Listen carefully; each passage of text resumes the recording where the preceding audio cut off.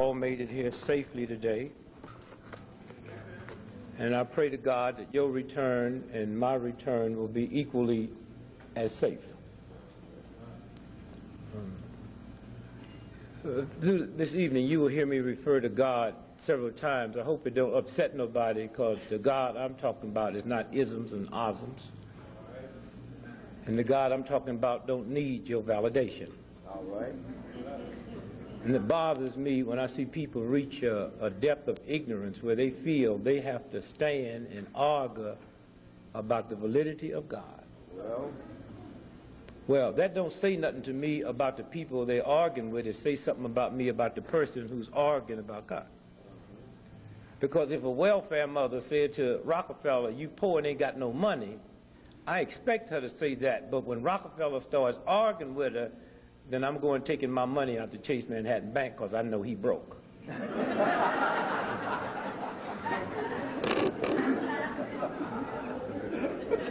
Let me say thanks to those of you who's responsible for today. I go all over the world and give speeches.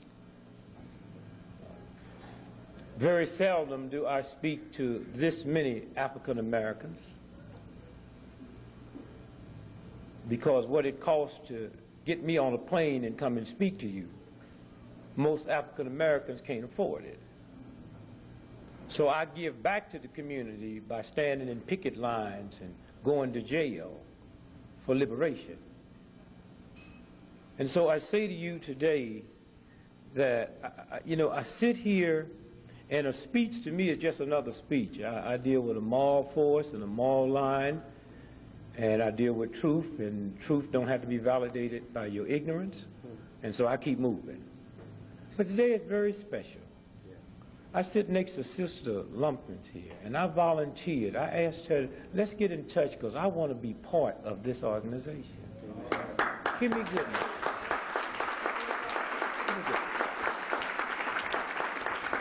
I want to be part of this organization because God gave me a vision about 25 years ago, and I saw something happening, and I moved on it.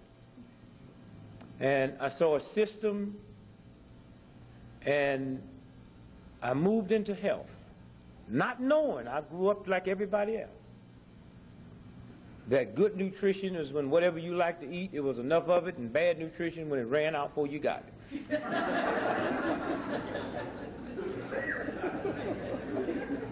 And I went the whole route. I drank a fifth of scotch every day. I smoked 4 packs of cigarettes every day. I went up to 366 pounds. And one day as the evolution started, and it started from putting the right thing in the body.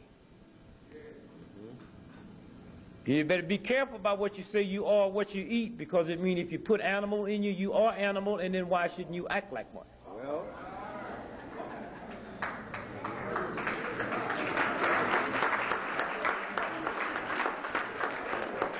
the misinformation is amazing. And it bothers me to see so many people who really should be in tune to the order, but they're not. That don't know that if this brother get cancer, that's a gift from God. If this sister have sugar diabetes and this one have high blood pressure, that's a gift from God. But we have been so perverted and so out of the order of God, we think that there's something wrong with cancer. You see, if this sister told me tonight, she said, you know, Brother Greg, at 2 o'clock this morning, this hotel is going to be blown up. I know her morality. She's never lied to me. So at 2 o'clock this morning, I'm upstairs watching C-SPAN. 3 o'clock this morning, hotel blow up. You all would read in the paper, Dick Gregory died in hotel explosion. God's paper would read, Dick Gregory died for ignoring her warning. That's what I died from. Cancer is God's warning. Nobody's ever died from cancer. That sounds stupid, but those of you that know me know I'm far too intelligent and godly and spiritual to make a statement like that if it wasn't true. So those of y'all that don't understand it, just hang with it. Trust me. Take my word for it. Nobody's ever died from sugar diabetes or high blood pressure. How did I get cancer? All right. How did I get sugar diabetes? High blood pressure? So the minute I get the warning, that's God saying, stop. And if you stop, I will heal you. If you ignore me, you did not die from cancer. That's my warning. You died from ignoring my warning.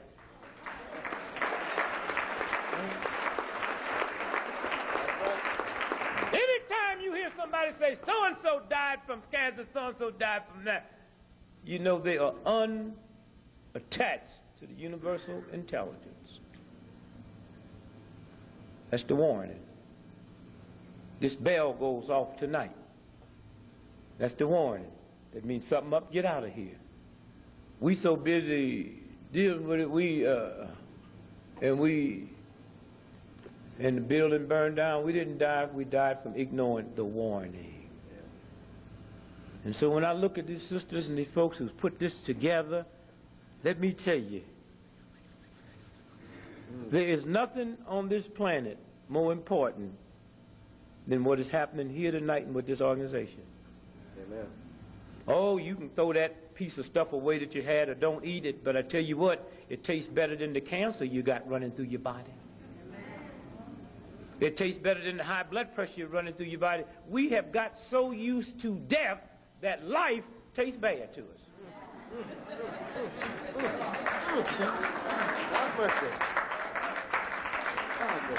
But I tell you what, if there's someone in here that come in here that's dying, I'm going to give you a little tip.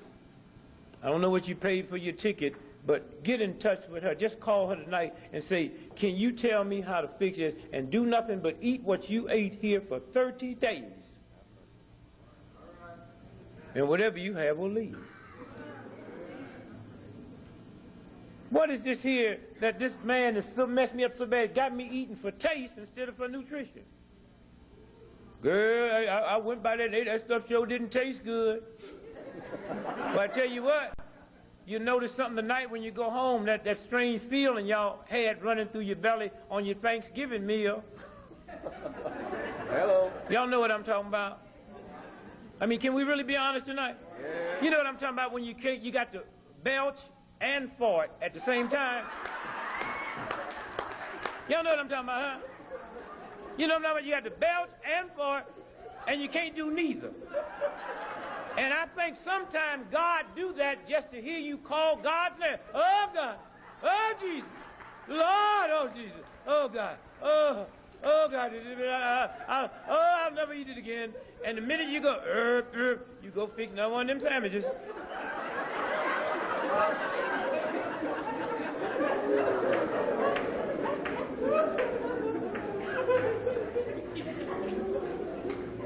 And so I say to this sister, thank you. Like I say to my sister that came up and did Mary Had a Little Lamb. And those of y'all that have that on video, that video for sale? Y'all gonna sell that or yes, it's fine? Please send one to mine. The reason I say that, y'all get that and take it home and listen to it. Listen what she did. Mm-hmm. Listen to the baby attitude, all the way up to the jugga attitude, to the boom boom boom attitude, to the boom boom boom attitude, because then in a few minutes she showed you life. From here to here, here to here. Life. Because really life is that short. You're born in a crib 3 feet long, you're dead in the grave 6 feet deep. Any way you cut it, you're just going to get a yard out of this one.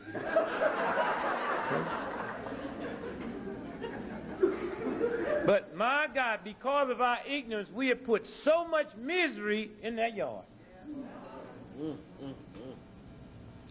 Y'all know God is a good God, and I really don't understand. No. If you clap, it means you didn't know it. That's like clapping because you find out Rockefeller's a billionaire. You have to be stupid not to know he's a billionaire. The reason you clap, because you really don't know God is a good God. Because anytime you pray and ask God for something and don't get it, then something happened. Then there's a violation. There's nothing you have in your body, if you understand God, that tonight you can't go home and have it relieved immediately. And if you can't do that, then you're out of connect. You know what I'm talking about. If you can go to the bank tonight and put a card in and get your money, then how can a heathen bank have more compassion for giving you when you request it than your God? Come on. Then if God is a loving, compassionate God, then I must be punching in the wrong number. Y'all don't know how to pray. You don't pray to my God by talking to my God. That's a heathen prayer. Most of them prayers y'all praying is pimp prayers. God, give me this here. God, give me the money to pay my rent. You don't have to ask. God know that building's going to burn down, and God fixed it so you can't pay your rent, so you can get evicted and be away from the fire. And what is this here? Y'all talk about God and treat God like God is some stranger. Come on now. What is this here?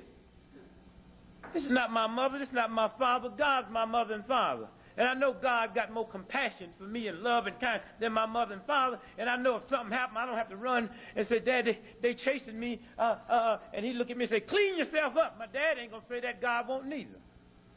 And I talk to my God the same way I talk to my friend. There's some Ku Klux Klans down there. I say, hey, shorty, look, I know you can handle them, because them white boys with them sheets on, the same father, mother God that put them here, put me here. So I'm talking to the father and mother of both of us. Well, and I know you can handle their behavior. I also know that fear and God don't occupy the same space. Health and sickness don't occupy the same space. quite true. And so let me just say thank you, my sister, for that. And let me say thanks to you for being here. I mean, there's a whole lot of places that's packing them in now that will never have their body exposed to what you was exposed to and what you're going to be exposed to. America had to stop playing games one day.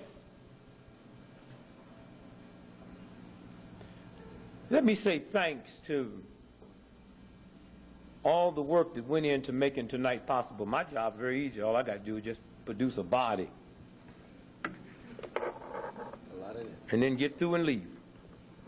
Whole lots of work went into tonight. So those responsible for that, we say to you, thank you, and God bless you.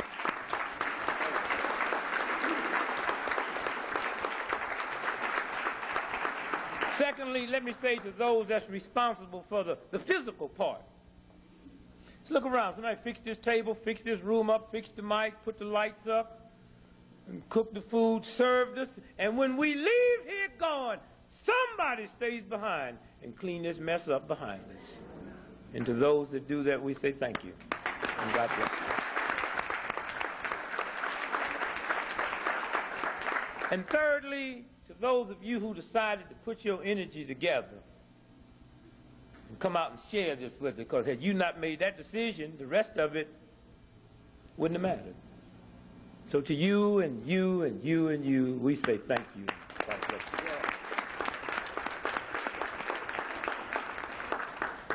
The contradictions. Abundant life. That's what life is. And to even be hooked to that, associated with that. The race for good health. And y'all listen, y'all at the right place tonight. Because let me tell you, them white boys, they be sending codes. I don't talk in codes. See, I don't call white folks Europeans. They white. I call black folk black. Sometimes I really feel good, I might say nigger.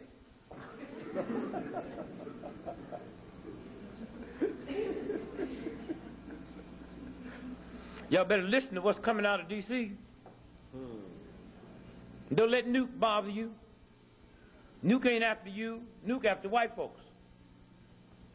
And if you understand the system,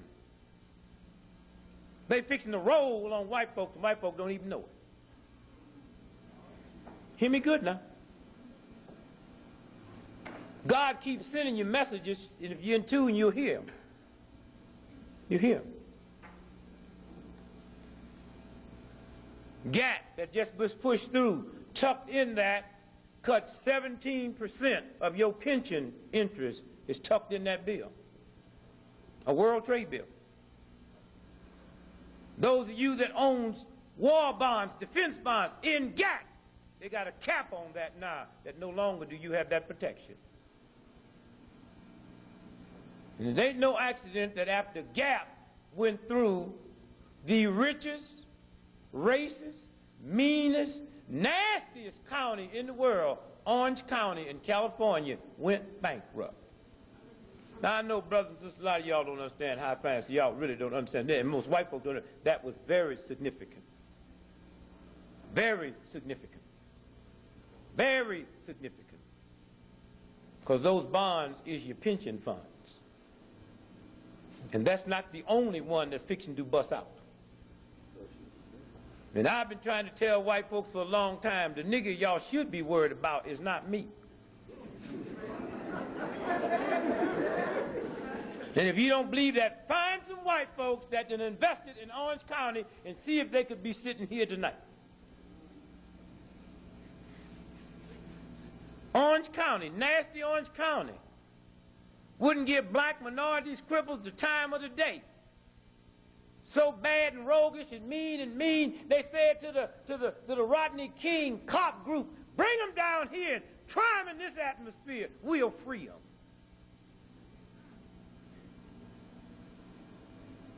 And God says, you do to the least of mine. Y'all big, bad, when you think about wealthy counties, you think of Orange County, but not no more. Y'all worried about nuke? I thought Nixon taught you about that. Nixon got in office and said, well, they send codes. See, if I give white folks the perception I'm messing with niggas, they like me. Come on now.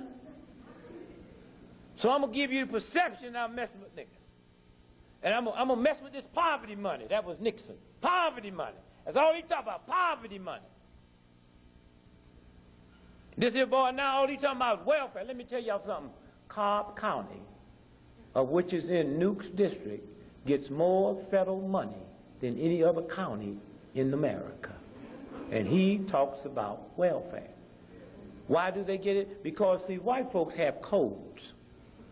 They put this group on welfare and paint it black, and this other group, white, they put it on welfare, but they call it defense plant. Lockheed ain't nothing but white folks' welfare. That's why when you look at these urban cities, white folks, although the money is free, will never let them run mortar out to that area because you can't come out there and get my welfare job. Why are we still building up the fence and the Russians ain't even there? It's white folk welfare. Roosevelt invented it. And there's going to come a day that anybody you see that say Roosevelt was a good man, you know they're not godly or spiritual. That was a heathen, dog, filthy animal. But what he did, he said, we need to use white folks for a minute, but we trained them that welfare is bad, so we got to slip it to them. So he created a thing called WPA. White folks went to work every day and dug a hole that didn't need to be dug. And then their brother came on the evening shift and filled it up. Then they got their check on the weekend talking about, we worked for our money.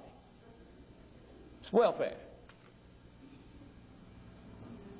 Corporate America, I'm part of that. They didn't mean for it to be. They just put the law for them, and I use it. I can take a prostitute tonight all the way around the world with me, and since I'm corporate America, as long as I call that hoe my secretary's a tax write-off. And yet, my sister with a baby can't get apple juice. You pay for that. And those of you that don't understand that, I say have fun and have fun quick, because recess just about over. Okay? Oh, America's the same place Hitler and them Nazis was right before it fell. Oh, look at the parallels. Hitler came to power the same way these folk came to power. See, unbeknown to most folks, because they get this perverted history. Hitler ran in 32 and lost by 6 million votes. And then while wasn't nobody looking, Hitler burnt the Reichstag down. The Reichstag was Congress, and blamed it on the communists. And while everything in the news was about the communists, like everything about OJ, to get everybody's attention off, while everybody stopped, by the time they finished doing the news about they lied that the communists did it, they had rigged the election and Hitler came to power. It just happened here. They had y'all looking at OJ. Y'all know OJ. You know that old white woman wasn't nothing but scumbag, slut, dog, tramp. OJ wasn't nothing but a washed up, has-been, ignorant, very brilliant football player. Nothing going for him. Why they play this thing up like somebody caught Queen Elizabeth in bed with her boy? And when it got through getting my attention, I looked around and the election's over. And if you're really out of God's graces enough to believe that you can have an election across this country and not one Republican incumbent lose, then maybe what you fixing to get you deserve. And after they got through tricking the election, they had to explain to the Americans what they did, because they know they didn't vote that way. And when they got through explaining to them, they said, you know, white men are mad. Well, I'm with white men all day long. They ain't no madder today than they ever been. Matter of fact, white men is more groovier now than they ever been in the history of America. So why y'all trying to tell me to happen because white men are mad? And white boy is sitting there taking credit for something because they ain't got nothing else going for them. And those of you in this room know that never before in a 30-year period have a nation had two groups of people, black and white, made as much progress in spite of 99% of both groups lying to one another. Those of us that's decent and work with the Spirit have cast something over this country that we still have made more progress in a 30-year period than anybody in the history of this planet. And if you walk through this country, you can feel it. And if you meet anybody that say we worse off now than we was 30, 40 years ago, tell them I say they're a lie and a fool.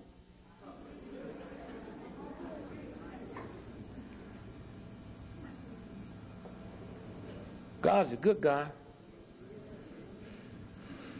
But God's a very dangerous God if your stuff ain't right.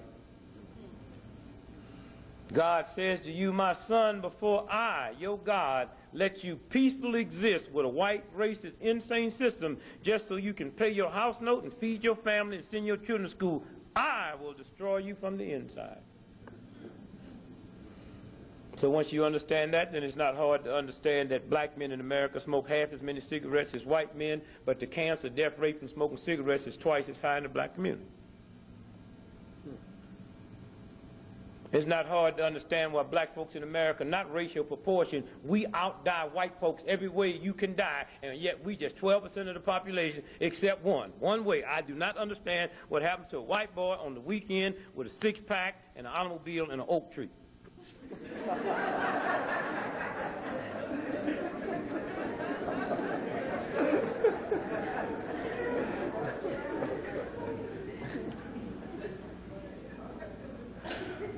God's a good God. So Dick Nixon got in and didn't get on those corporate welfare cheats. He started rattling with the poor. I'll cut the poverty money off and I'll cut the poverty. Hear me good now so you can understand what God is really about. So he cut the poverty money off and it reached all the way down to a little town in South Carolina, right over the road from North Carolina. And a little bitty old puny, non-athletic looking Negro named Frank Wells lost his job when the most powerful man in the world cut off the poverty money. So Frank Wells didn't know what he was going to do. So his aunt, who lives in Washington, D.C., his mama's sister, heard he was depressed, so she called him and said, why don't you come on up here and live with us and just stay with us till you can get something. So he did. And then he got something. He got a job at Watergate. Come on now. Never had no business being there until this chump, who's the most powerful man in the world, didn't understand God, don't understand what happens to you when you violate my power. No woman has an illegitimate baby. It might be illegitimate to you, but God said, if I didn't mean for you to have a baby at 12, I wouldn't have fixed it so you could. Now, y'all play with that any way you want. And sit around talking about these black girls, teenage friends. They've been getting pregnant ever since we got off the slave ship, and you black folk down south know it's part of your culture for old black men to knock up 13 and 14-year-old girls. Why y'all letting the NBC and these white folks make y'all think this is something new?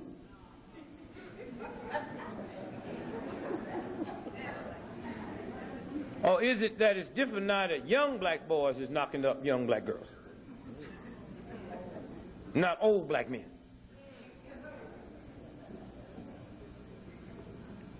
What's this game about? And so Frank Wells is working at Watergate. Happy. Dick Nixon and cut the poverty money off, and he lost his little gig, and now he's there in Washington, D.C., and he's walking down the hallway, and he see a light on and tape around the door. And Nixon died, a disgraced man, because he cut the poverty money off, and a little insignificant Negro had an aunt living in Washington, D.C., said, come here and live with me. And because of that poverty money cut off, he saw something on the door, and the mightiest man that ever existed in the history of the country was brought to his knees. Not because of Frank Wells, not because of Watergate, because he chose to mess with God's poor. So let Newt come on. Let him come on talking about God's mothers. Let him talk about welfare babies. You better understand all babies. There's no such thing as a welfare baby. How did you get here?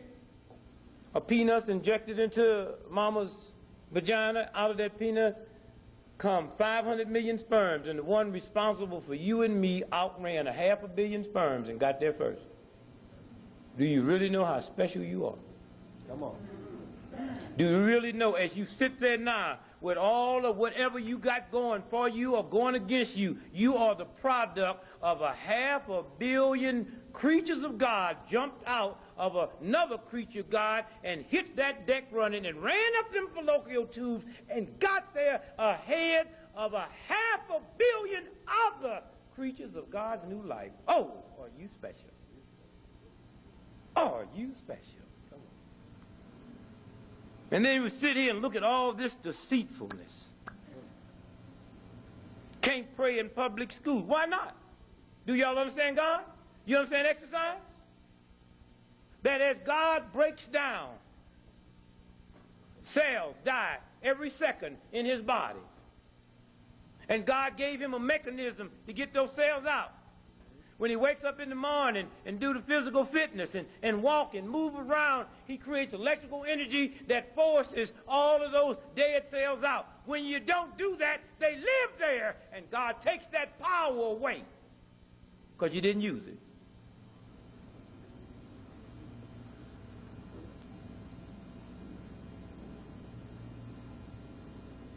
I'm 62 years old, went to public high school, public grade school, public college, and there was no law that said we couldn't pray in school. And not once do I ever remember us praying in school.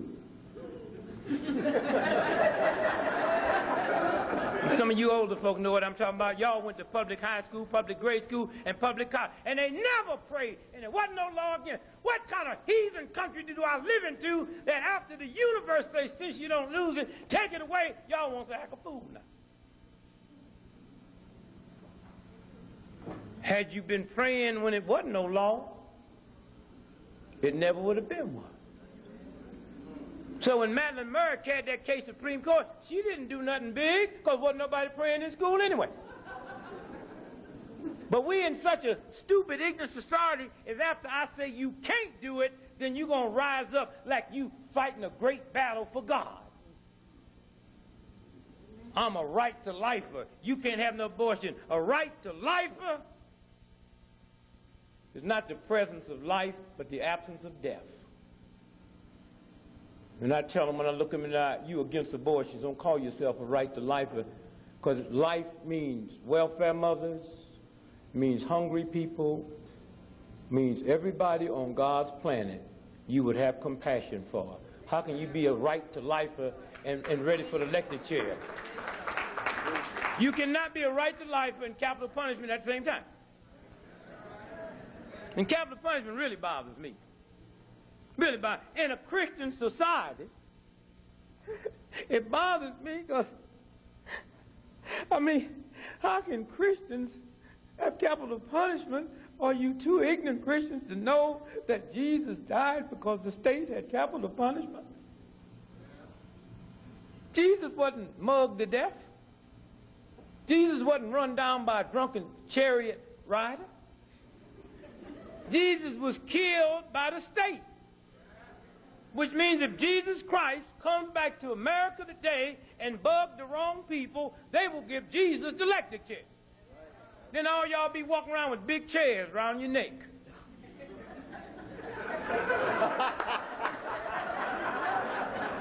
Oh, come on now.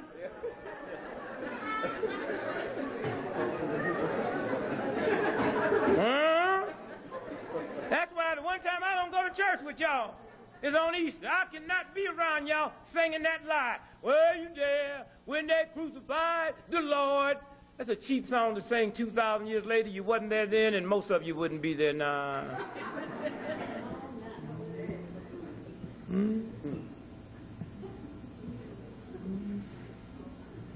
How long? How long? If you was principal of this high school that we're going to right here, give me a name. What's the name of this school? Okay, Booker T. Washington. Okay, all right. Just one. Now, give me a mascot. What's the mascot? Bulldog. Booker T. Washington Bulldog. Okay, you're the superintendent. All of you, all the teachers. It's a public school. Now you know you can't pray in public school. Federal law, right? So we walk in on Monday morning, and there are the students back in the back kneeling down in a huddle. What you gonna say to them? You can't pray. You can't pray in this school. And they'll yell back to you, we ain't praying, we shooting craps. I want a piece. Now when you get through laughing, think about this. There is no federal law against shooting craps in a public school. I ain't got no problem with it. Somebody say it to me. You want to pray, go to church school. What about the atheist in public school? What about the Jew in public school? What about the Arab in public school? What prayer are you going to pray? And right now, the Supreme Court did not say you can't say a silent prayer. So what God are you in tune in that you got to argue with somebody over the right to pray to your God? So any time you stupid enough to believe that some group of people can take the right for you to pray to your God, you ain't got no God in the first place.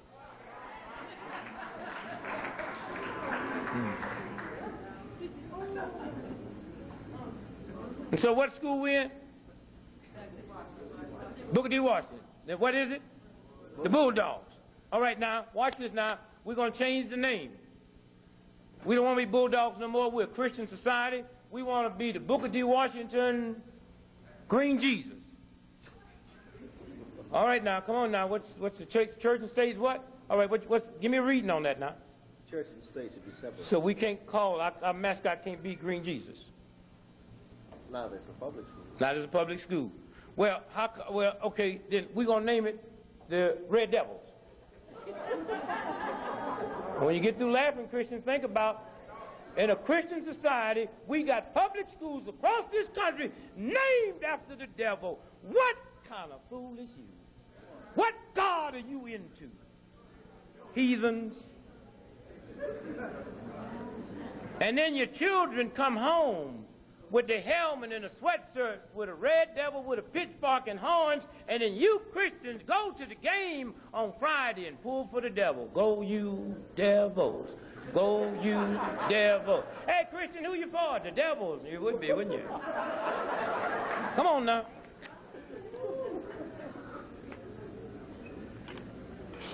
How long? And when you put your body in order, universe flows. It's that simple. A wino that's your mother or father would not want your ankle to hurt or be swollen. Why do you think God lets it happen? Then evidently you ain't in tune with that one. The sickness y'all brought in here tonight is the warning. And y'all need to listen to that Baptist song, One Day at a Time. The universal order gives you enough energy to vibe for 24 hours. That's all. One day at a time. I never forget when I first got married, saw my wife was upset one day. I said, dear, what's wrong? I said, we owe all these bills. I said, but baby, today is Sunday. If we had the money, we can't pay them.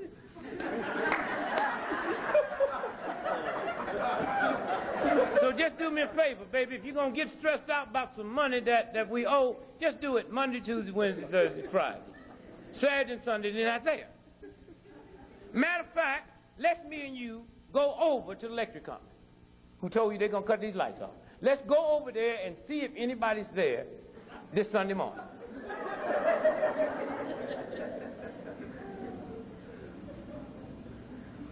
Remember one day I called home, my wife panicked. Said, oh, Greg, it's awful. I said, what happened? It's $800,000 bill came in. I got upset. I hung up the phone. She called me back. Why'd you hang up on me? I said, honey, I never talked nasty to you, never hit you in my life. But I'm going to get on a plane. I'm going to come and bust you dead upside your head. She said, Greg, I never heard you talk like that. Well, woman, I didn't know you did to me what you did to me. She said, what do you mean? I said, you just told me that somebody owed me $800,000. She said, no, I didn't.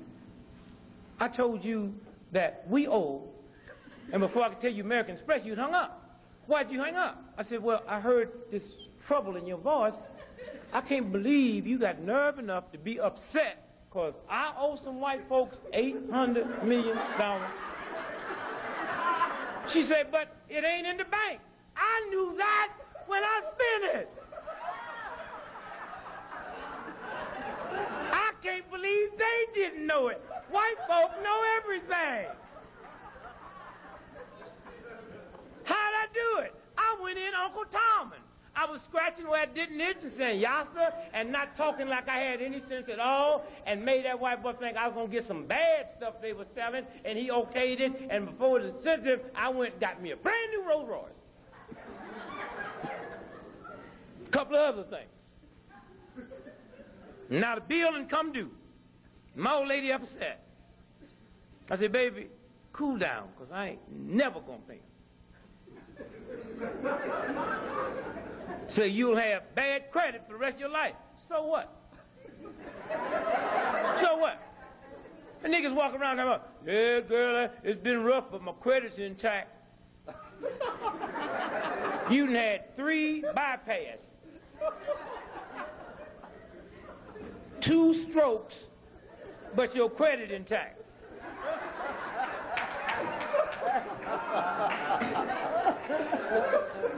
I swear to you, I ain't got no credit. Pocket full of money. But you're healthy. Healthy as y'all can be. Who care about credit? This filthy system gonna validate my integrity over a bill. Well, I just, they repossessed my house. Y'all saw it on television, didn't you? Repossessed it. Put me out. I ain't paid a house note in 3 years. They came and repossessed the house. I stayed there a year after that because they didn't know how to handle me. They finally showed up. I asked my wife, I said, what do you think took them so long? She had nerve to have an attitude. I said, woman, we ain't paid our house note in 3 years.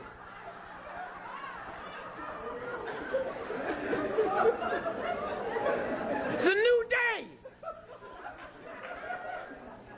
Y'all better understand these children. I'm so glad my son, one of my children, sitting here, Christian, stand up. Beautiful. Beautiful. We a little worried about the boy at first. That boy flunked failure.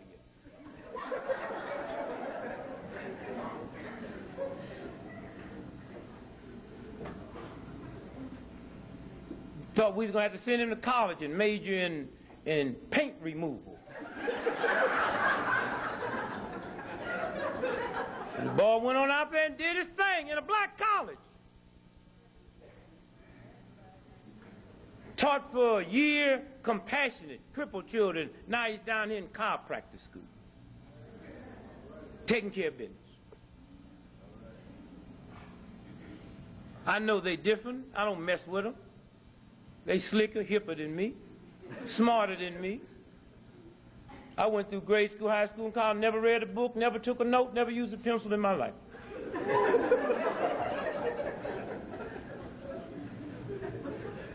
How old are you, son?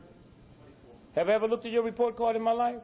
Never in my life. I told him school ain't nothing but a trick. The day you was born, all the wisdom and knowledge that God meant for you to have is locked into here. The rest of this is a manipulated game. And y'all go to school only as a form of entertainment. But don't let that stuff get back in the back of your head and push God out. That's right.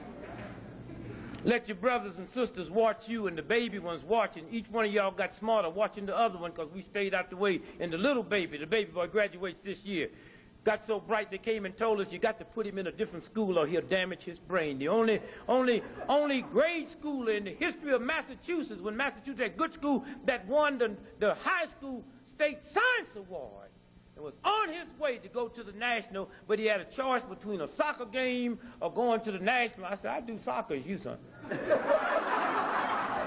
He said, why? I said, it's my ghetto backup. See, when I was in the ghetto, if you was smart and made all A's, we said you was a sissy. And if you was kind of rough and that, we said you was a man. Now, I ain't talking about gay. You know, Nuke and them, see, they be messing up. See, Nuke's daughter is a lesbian. That's why he got hang-ups. Sam Nunn's son is a gay. That's why he got hang-ups with gays in the military. These fathers take it personal.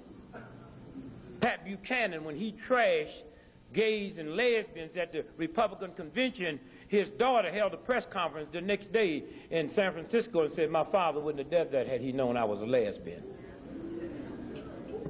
So y'all better be careful about how y'all get to trashing folks out here, because God might have one in your closet.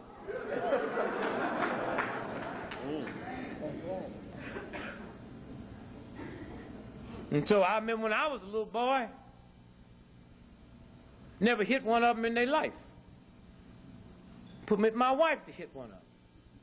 You cannot be godly and hit a child and all this old crap y'all got running down your head about spare the rod and spoil the child. That is a story about a shepherd boy and about sheep, and the rod is that stick that the shepherd boy carries, and all that parable means when the sheep get too close to the ledge, you hold it out and direct it. It had nothing to do with hitting a sheep. Now y'all go play your game. Look, you raise your children like you want to.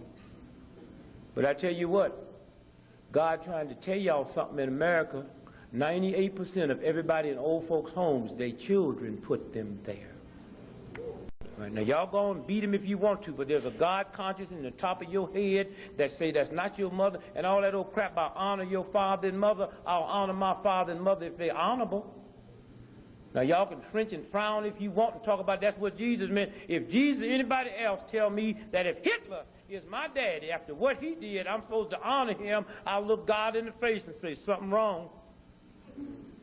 And if y'all are my children, I mean my children, and you sit here now and watch me rape 12 3-year-old babies and take an axe and split them in half, if you still got some honor in you for me, then there's something wrong with you, and they ain't got a mental hospital that should lock you up fast enough. I've always talked back when somebody reads something to me if it didn't make sense. Honor what? Hit who? When I tell you something else, y'all better start trying to understand, and that the best you eat, better this thing go much. You better understand what God gave you. This is my wife here. This is my daughter. This is my son. I go to Africa tonight. She's here. I have an affair with an African woman. She don't know nothing about it. She go to China next month. She having an affair over there in China. I don't know nothing about it. Tell you what the French done found out through some research, that when you and I walked in the house, the children know God got a bell that goes off back there to say the family unit is being threatened. What you call a child is a creature God got here because it outran 1/2 billion other life creatures. And they're beginning to find out now the more this bell goes off in these children, the more criminal, violent tendencies they have. You going out there and do all your old fun and think you slicking it, but there's a God computer that controls the entire universe, and it picks up your actions by ether. How long? I mean, when I was a little bitty old boy, my mama brought me some oatmeal. I said, I ain't eating none of that old cold oatmeal. She said, boy, you better shut up and eat that oatmeal. I know 10 million Chinese would love to have that bowl of oatmeal. So I was so ignorant, I ate it so the Chinese couldn't get it.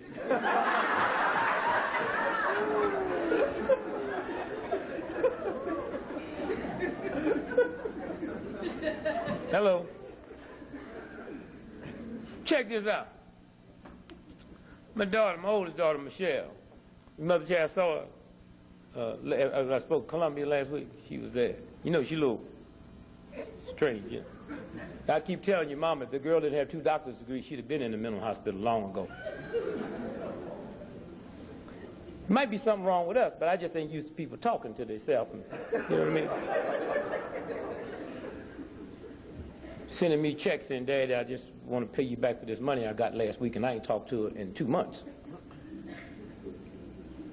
And then my children is going through this thing now where, well, Michelle was the one when she was 6 years old when I gave her this bowl of spinach, because in our house we had no cooked food, no bread, butter, milk.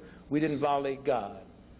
No toast, no nothing. Fruit and vegetables, no cooked food, all raw. That's why they're healthy. That's why I got 10 children out here around this planet that don't even drink soda pop. One soda pop in your body makes your bloodstream 10,000 times more acid than God meant for it to be. Keep giving it to your children. They're going to give you something back one day. And so Michelle told me one day, she said, I don't want this spinach salad, Dad. And I thought about what my mother told me. She said, girl, I know 10 million Chinese. Something told me don't do that. Girl, I know 10 million Chinese would love to have that bowl of spinach. She got up from the table and said, name me 2.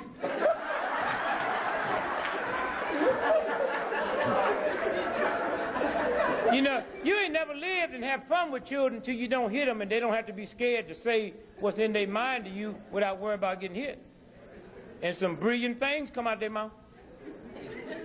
One day, me and their mama was on our way out up to Boston, and one of my little children came on the porch and said, Dad, where you going? I said, we're going to Boston. I said, let me go with you. I said, where we going? Children can't go. They said, any place a child can't go can't be good for adults.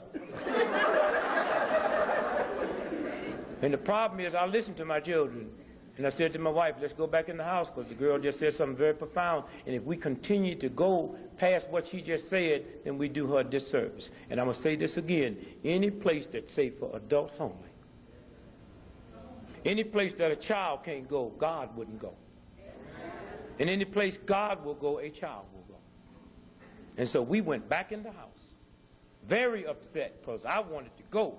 But I would never violate that child, because what that child said was God's wisdom. Any place that a child can't go. Got to be something wrong with it, Dad.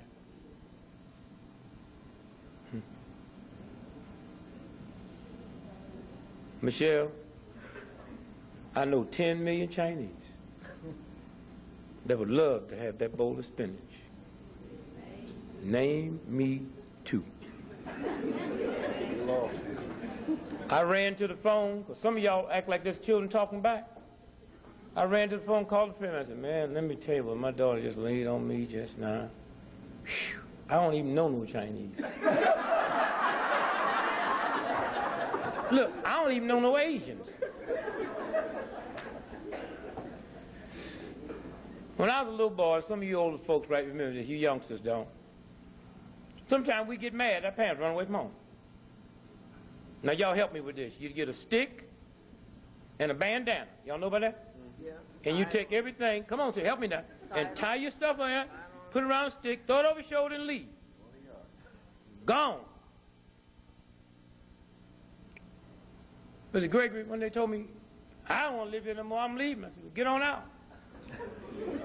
That boy called, you haul it. Backed that truck up to the house and started putting, because he thought everything in his room was his. And I had a little way I'd play with him, like you would do the lawn. I said, Christian, that's your lawnmower, take care of it. So-and-so, that's your this. So I led them to believe that was there. So everything I said, this is your lawn. He put the lawnmower up on the thing. I was trying to teach him about how not to use too much toilet. I said, this is your toilet paper. He went down there and got all 37 rolls. I went out and negotiated with that boy. I said, son, let's come in and talk, because, you know, maybe you shouldn't leave.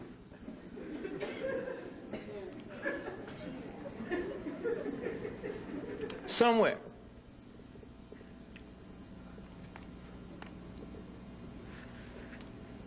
American Express told me one day, said, if you even mention our name, we'll get you.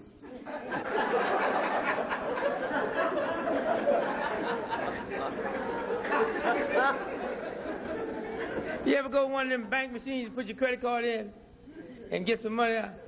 I wouldn't put one in and nothing came out but fog and say, nigga, you know that account's overdrawn. And if you put that card in here again, you ain't seen the whooping this machine gonna handle it.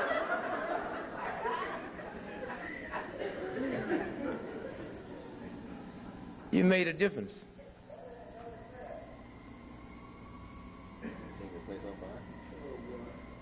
Well, you see, the thing about a fire, see, I feel safe when I'm in a building like this with little children.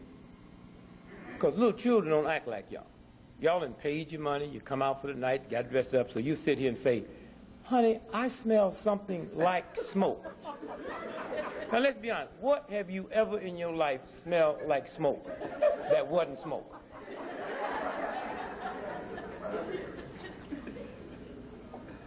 I smell something like smoke. And if I was handicapped, I ain't gonna lie. If I was handicapped, I'd sit right up by that door, because I know if something serious happened, y'all would run off and leave me. I know that. I know that. I know that because y'all take my parking spot at the shopping mall. Now, I ain't gonna lie. I'm not gonna lie. I have been guilty.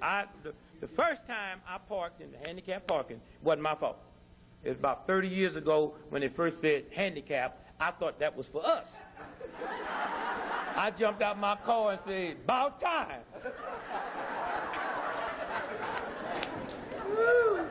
Look here. About 2 years ago, I'm out at the shop. You ever go to one of these shopping malls? They got spots for 10, 20,000 cars. You remember one big one? And every slot is taken, but them 12 right at the front door for the handicap. And you've been coming out there every day for a month, and ain't never been nobody there. But that's theirs. Well, naturally, I'm not going to mess with the handicap parking. But see, I believe you should drink, how many glasses of water every day? 8. Now, I preach that. 8 glasses of water every day. I drink 8 glasses of water every day. So I'm out there looking for a parking space, and that you ever had that pee when it just hits you? I mean, sometimes it say you got to go, but sometimes it say I'm coming, I'm rolling on you. So I said, see, I talked to him. I said, P, this is my brand new car. Don't pee in my ride. You know what I'm saying? And look, your body listen to you. That's why I'm telling you, if you're serious, you can go home and talk to your body with love, and sugar diabetes will leave. That's the only reason it's there now, because it's been void. The only reason it's there now, you running around chasing somebody who you say, I love you. That ain't love. That's a game. That's some old manipulated something that we have. Oh, come on. So I